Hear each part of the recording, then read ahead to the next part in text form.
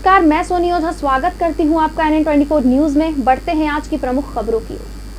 छत्तीसगढ़ के मुख्यमंत्री भूपेश बघेल दिल्ली के लिए रवाना हुए। सीएम बघेल ने दिल्ली में गृह मंत्री अमित शाह के साथ बैठक है, जिसमें सीआरपीएफ के भुगतान के अलावा अन्य विषयों पर चर्चा होगी।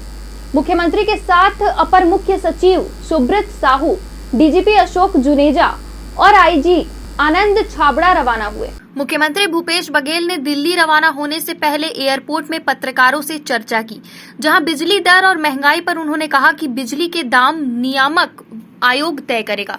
डीजल पेट्रोल के दाम बढ़े हैं, उसी समय से महंगाई बढ़ेगी, यह समझ जाना चाहिए था। डीजल बढ़ने से ट्रांसपोर्टेशन का भाड़ा बढ़ गया है, इसका असर सभी चीजों के दाम पर पड़ेगा। वहीं कोयले की शॉर्टेज की बात स्वीकार करते हुए सीएम बघेल ने कहा कि भारत सरकार उपलब्ध नहीं करा पा रही है, यह भी दाम बढ़ने की एक वजह है। सीएम भूपेश बघेल ने दिल्ली दौरे पर कहा, गृह मंत्री के साथ बैठक है। छत्तीसगढ़ में बहुत सारे मुद्दे हैं जिसको लेकर मुझे बात करनी है। जीएसटी का पैसा हमारा जो बचा है, अगर हमें मिलता है तो हम नक्सल प्रभावित क्षेत्रों में विकास का काम करेंगे। बिजली के दाम बढ़ने की आशंका पर कहा, पेट्रोल, डीजल, रसोई गैस के दाम जब बढ़े हैं, सब एक दूसरे से रिलेटेड हैं, ट्रांसपोर्टेशन पर निर्भर है। ट्रांसपोर्टेशन का रेट अगर बढ़ेगा तो सभी चीजों की रेट में बढ़ोतरी होगी। महंगाई बढ़ने का जो मूल कारण यही है, पेट्रोल के दाम बढ़ा दिए गए, इसीलिए लगातार महंगाइयों में इजाफा हो रहा है।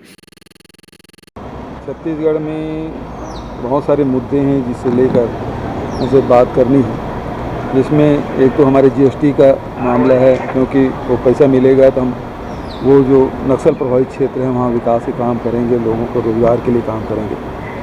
तो दूसरा, और जो सीआरपीएफ के जो भुगतान है उसमें हमारे राज्य के हिस्से से पैसा काट लिया है।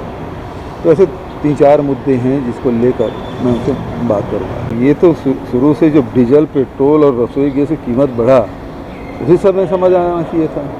ये सब चीज़ तो उससे रिलेटेड है। ये सब चीज़ें, ट्रांसपोर्टेशन सबसे पहला है, तो कोई भी ट्रांसपोर्टेशन के रेट बढ़ेगा तो सभी चीज़ की कीमतें बढ़ेगी। तो ये तो महंगाई बढ़ाने की जो मूल है उसको आप बढ़ा दिए तो सब तरफ उसका असर होगा।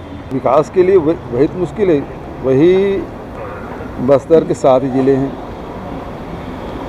आदिवासी क्षेत्र है, वहीं नक्सल है, और हमको वहाँ तेज़ी से विकास काम करना है, क्योंकि नक्सली जैसे जैसे पीछे हटते जा रहे हैं, उन गाँव में, उस क्षेत्र में हमको तेज़ी से सारी सुविधा, जो मूलभूत सुविधा है, उसे हम लोग उपलब्ध कराएं।